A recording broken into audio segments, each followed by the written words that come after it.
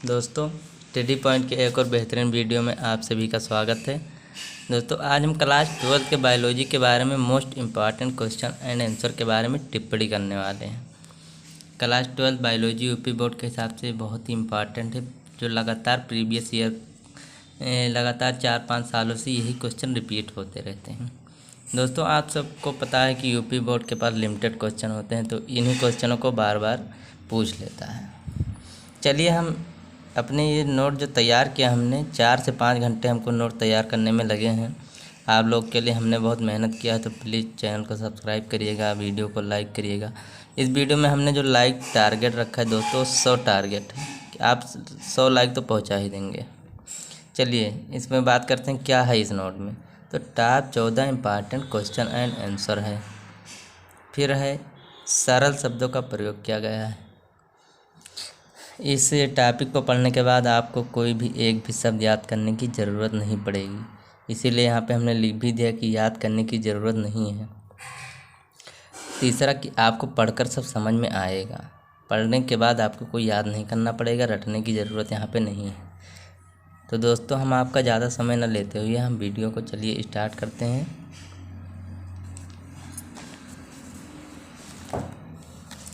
दोस्तों, हमारे जो पहला टॉपिक है वो अंशेक फलन है। इंग्लिश में इसको पार्थिनोकार्पी कहते हैं। दोस्तों, इसका चलिए हम डेफिनेशन से समझते हैं, बाद में आपको मैं समझाऊंगा, अलग से भी समझाऊंगा, लेकिन पहले हम इसके डेफिनेशन से समझने की कोशिश करते हैं। ऐसे फल जिनका निर्माण बिना अंडाशय के होता है, फल के निर्माण की इस प्रक्रिया को अनिषेक फलन कहते हैं, जैसे अंगूर, तरबूज, संतरे आदि। तो इसका कहने का मतलब है कि ऐसे फल जिनका निर्माण बिना अंडाशय के होता है, फल के निर्माण की इस प्रक्रिया को अनिषेक फलन कहते हैं। दोस्तों, सामान्यतः क्या होता है? सामान्यतः ये होता है कि सामान्यतः आप लोगों ने देखा होगा कि अंडाशय से फल का निर्माण होता है, अंडाशय से फल का निर्माण होता है, लेकिन बिना अंडाशय के जो फल बिना अंडाशय के फल विकसित कर लेते हैं, ऐसे फलों को अनिषेक फलन या पार्थिनोकार्पी कहते हैं। चलिए दोस्तों, दूसरा हम नेक्स्ट बात करते हैं बहुभ्रूणता, पॉली एम्ब्रियोनी।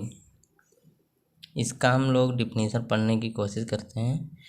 जब किसी एक बीजांड या बीज में से एक से अधिक भ्रूण उत्पन्न होता है, तो इसे बहुभ्रूणता कहते हैं।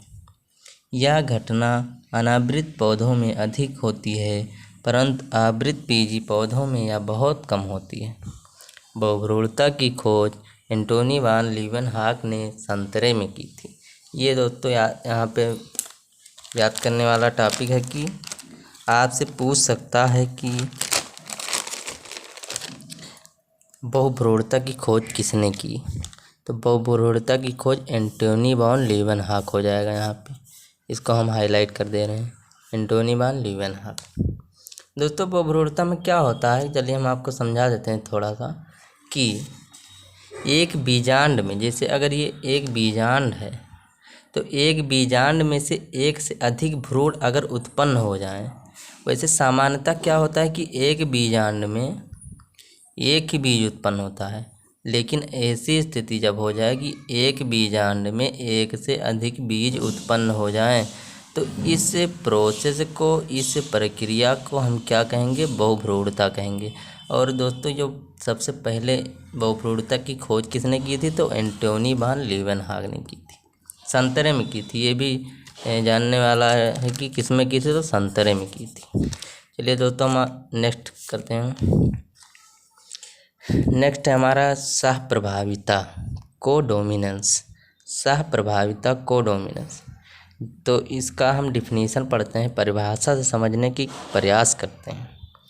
जब किसी कारक या जीन के एलील में से कोई भी पूर्ण रूप से प्रभावी या अप्रभावी ना होकर मिश्रित रूप से प्रभाव डालते हैं, तो इसे सहप्रभाविता कहते हैं, जैसे मनुष्य में रुधिरवर। दोस्तों, हम सहप्रभाविता, कोडोमिनेंस, इसको हम समझाने के आपको समझा रहे हैं कि जैसे हमारे पास एक पौधा है, उसका एक हमने लक्षण ले लिया कि दोनों टी है, एक एलील हमने टी और टी ले लिया। अब इसका जब हमने क्रॉस करा दिया, संकरण करा दिए, तो हमारी जो संतान मिली वो इस प्रकार की मिली। तो आप लोग देख सकते हैं इसका भी कैरेक्टर, इसका भी कैरेक्टर, दोनों मिश्रित रूप से कैरेक्टर हैं। तो इसी को हम कहते हैं कि सहप्रभाविता। सहप्रभाविता मतलब साथ साथ दोनों प्रभावी हों, दोनों का लक्षण नेक्स्ट जनरेशन में, आने वाली पीढ़ी में प्रदर्शित हो, तो उससे ही हम कहते हैं कि सहप्रभाविता। इसी को इंग्लिश में कहते हैं कोडोमिनेंस। चलिए नेक्स्ट पे हम बात करते हैं अपूर्ण प्रभाविता। जब विपरीत लक्षण के जोड़ों में एक लक्षण दूसरे को पूरी तरह प्रभावित ना कर सके, तो इस घटना को अपूर्ण प्रभाविता कहते हैं। जब विपरीत लक्षण के जोड़ों में एक लक्षण दूसरे को पूरी तरह प्रभावित ना कर सके, तो इस घटना को क्या कहते हैं? अपूर्ण प्रभाविता। जैसे मिराबिलिस जलापा, या इसी को गुलाबाज भी कहते हैं, इसी को गुलाबाज भी कहते हैं। तो इनके जो दोस्तों पुष्प होते हैं, इनके जो पुष्प होते हैं, ये लाल पुष्प और हम सफ़ेद पुष्प का जब क्रॉस करा देते हैं, तो यौवन पीढ़ी में जो हमारी संतानें होती हैं वो गुलाबी होती हैं, लाल सफ़ेद ना होकर के एक नए पुष्प का निर्माण कर लेती हैं, गुलाबी। और फिर हम जब स्वपरागण कराते हैं F1 पीढ़ी में, सेल्फ पॉलिनेशन करा देते हैं, तो लाल गुलाबी सफ़ेद के लिए हमें 1-2-1 रेशियो में संतानें मिलती हैं। ये रेशियो दोस्तों इम्पॉर्टेंट है, 1-2-1, ये रेशियो इम्पॉर्टेंट है, इसी को ध्यान में रखिए। चलिए दोस्तों हम नेक्स्ट टॉपिक पे बात करते हैं। नेक्स्ट हमारा है DNA फिंगर प्रिंटिंग, या हिंदी में DNA अंगुली छापी। दोस्तों हम देखेंगे कि DNA फिंगर प्रिंटिंग में क्या होता है, एक कैसी तकनीक है। आप लोगों ने भी सुना होगा दोस्तों कि जब कोई मामला होता है, कोई मैटर होता है, तो उसमें पुलिस प्रशासन DNA फिंगर प्रिंटिंग करवाती है। अभी आपको डिफिनीशन के बाद पता चल जाएगा कि क्यों करवाती है। दोस्तों इसका हम परिभाषा पढ़ने की कोशिश करते हैं और परिभाषा से ही समझते हैं। यह एक ऐसी तकनीक है जिसके द्वारा विभिन्न व्यक्तियों या जीवधारियों के मूल आनुवंशिक पदार्थ में भिन्नताओं को देखा जा सकता है। इस तकनीक को सर्वप्रथम एलेक्स जेफरे ने इंग्लैंड में विकसित किया था। किसने विकसित किया था? एलेक्स जेफरे नामक वैज्ञानिक ने इसको विकसित किया था। और कहाँ विकसित किया था? इंग्लैंड में विकसित किया था, इंग्लैंड में। इसके द्वारा खून, बाल, लार, स्पर्म, हड्डी, नाखून आदि से अपराधियों की पहचान होती है। दोस्तों जैसे अपराधियों की पहचान करने के लिए हमें DNA फिंगर प्रिंटिंग का यूज करते हैं। तो DNA फिंगर प्रिंटिंग में क्या होता है कि DNA फिंगर प्रिंटिंग में ये होता है कि जैसे न्यूक्लियोटाइड की संरचना होती है। किसकी संरचना? न्यूक्लियोटाइड की संरचना अलग अलग व्यक्ति के DNA में अलग अलग होती है। इसी न्यूक्लियोटाइड की संरचना के आधार पर हम बताते हैं कि जैसे अगर कोई बच्चा है, उसका हम टेस्ट कराएंगे DNA फिंगर प्रिंटिंग, तो उसके न्यूक्लियोटाइड से पता चल जाएगा कि इस बच्चे के पिता कौन हैं। या कोई आपराधिक मामला हो जाता है तो हम DNA फिंगर प्रिंटिंग के द्वारा व्यक्तियों या अपराधियों की पहचान करते हैं। चलिए दोस्तों हम आपको ज़्यादा समय न लेते हुए नेक्स्ट टॉपिक के बारे में डिस्कस करते हैं। नेक्स्ट है हमारा ओपिओइड्स। इसका हम परिभाषा पढ़ते हैं तो यह एक नशीली दवाओं का समूह है। इसके अंतर्गत अफीम, हेरोइन, स्मैक, मॉर्फिन, कोडीन आदि नशीली औषधियाँ शामिल हैं। आमतौर पर इसका प्रयोग दर्द निवारक के रूप में किया जाता है। या हमारे तंत्रिका तंत्र को प्रभावित करते हैं। तो दोस्तों हम आपको समझाना चाहेंगे कि ओपिओइड्स क्या है। ओपिओइड्स ये दोस्तों ओपिओइड्स एक नशीली दवाओं का समूह है। किसका? नशीली दवाओं का। ये सीधे हमारे तंत्रिका तंत्र पर प्रभाव डालते हैं। तंत्रिका तंत्र पर प्रभाव डाल के और इसका उपयोग दर्द निवारक के रूप में इसलिए करते हैं, इससे माइंड रिलैक्स हो जाता है। दर्द निवारक के रूप में इसका प्रयोग करते हैं, इससे माइंड जो होता है रिलैक्स हो जाता है। अब तुमको कुछ सोचने की क्षमता कम हो जाएगी, क्या गलत कर रहे हो क्या सही नहीं कर पाओगे, उसमें डिसीजन सटीक निर्णय ले पाओगे। ओपिओइड्स हम चलिए नेक्स्ट टॉपिक पे बात करते हैं। इंटरफेरॉन। इंटरफेरॉन क्या है दोस्तों? यह वायरस से संक्रमित कोशिकाओं द्वारा स्रावित एक ग्लाइकोप्रोटीन पदार्थ है।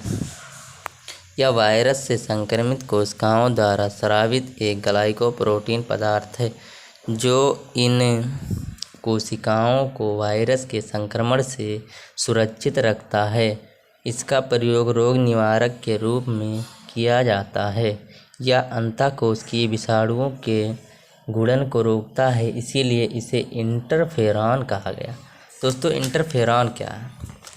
इंटरफेरॉन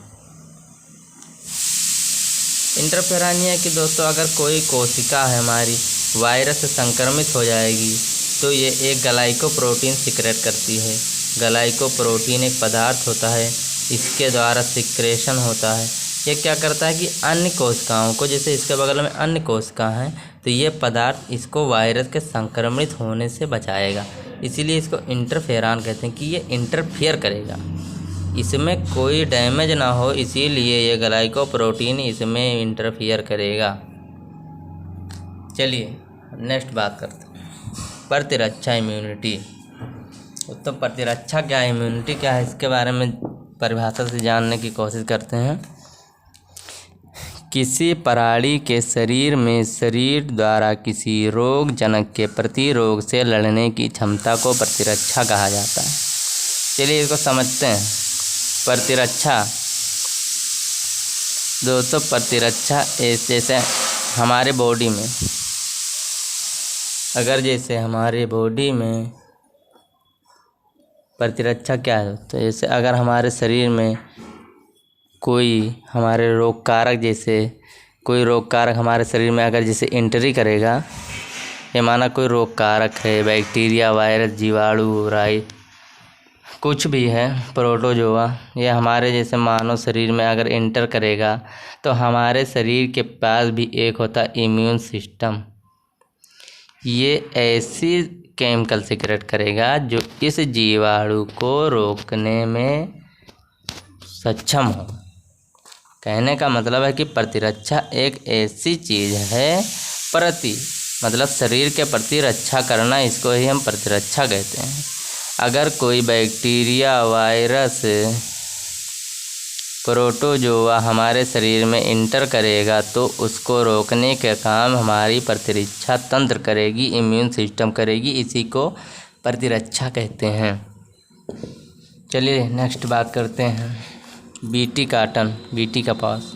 कपास में बीटी जीवाणु के आविष प्रोटीन का संश्लेषण करने वाली जीन को जीनी इंजीनियरिंग द्वारा निवेशित करके एक नई किस्म को तैयार किया जाता है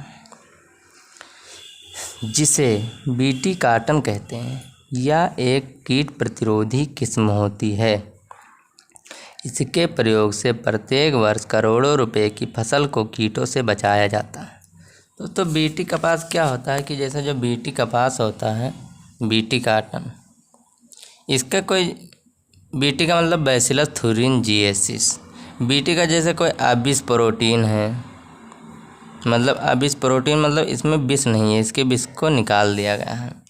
तो कोई आविष प्रोटीन को संश्लेषण करने वाली जीन को जीनी इंजीनियरिंग मतलब जेनेटिक इंजीनियरिंग द्वारा प्रवर्धित किया जाता है, उसकी नई किस्म को तैयार किया जाता है।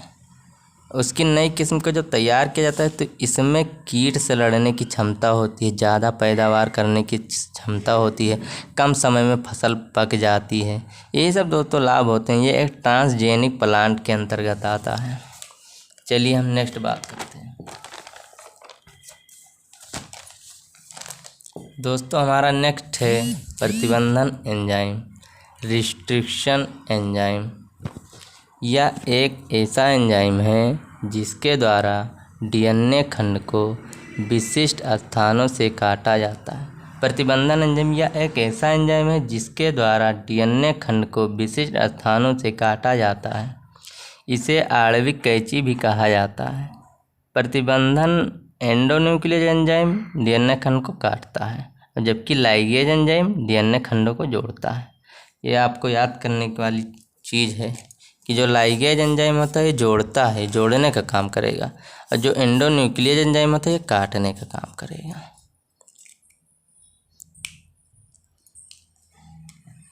तो प्रतिबंधन एंजाइम आप समझ ही गए होंगे। चलिए हम पीसीआर पॉलीमरेज चेन रिएक्शन के बारे में डिस्कस करते हैं। पीसीआर एक ऐसी विधि है जिसके द्वारा डीएनए अणु के खास भाग को प्रवर्धित करके जीन श्रृंखला की कॉपी की जा सकती है। यह एक सीधा प्रयोग है जिसके द्वारा जीन श्रृंखला की कॉपी क्लोनिंग द्वारा तैयार की जा सकती है। पीसीआर पॉलीमरेज चेन रिएक्शन एक ऐसी विधि है जिसके द्वारा डीएनए अणु के खास भाग को प्रवर्धित करके या मॉडिफाई करके जीन श्रृंखला की कॉपी की जा सकती है।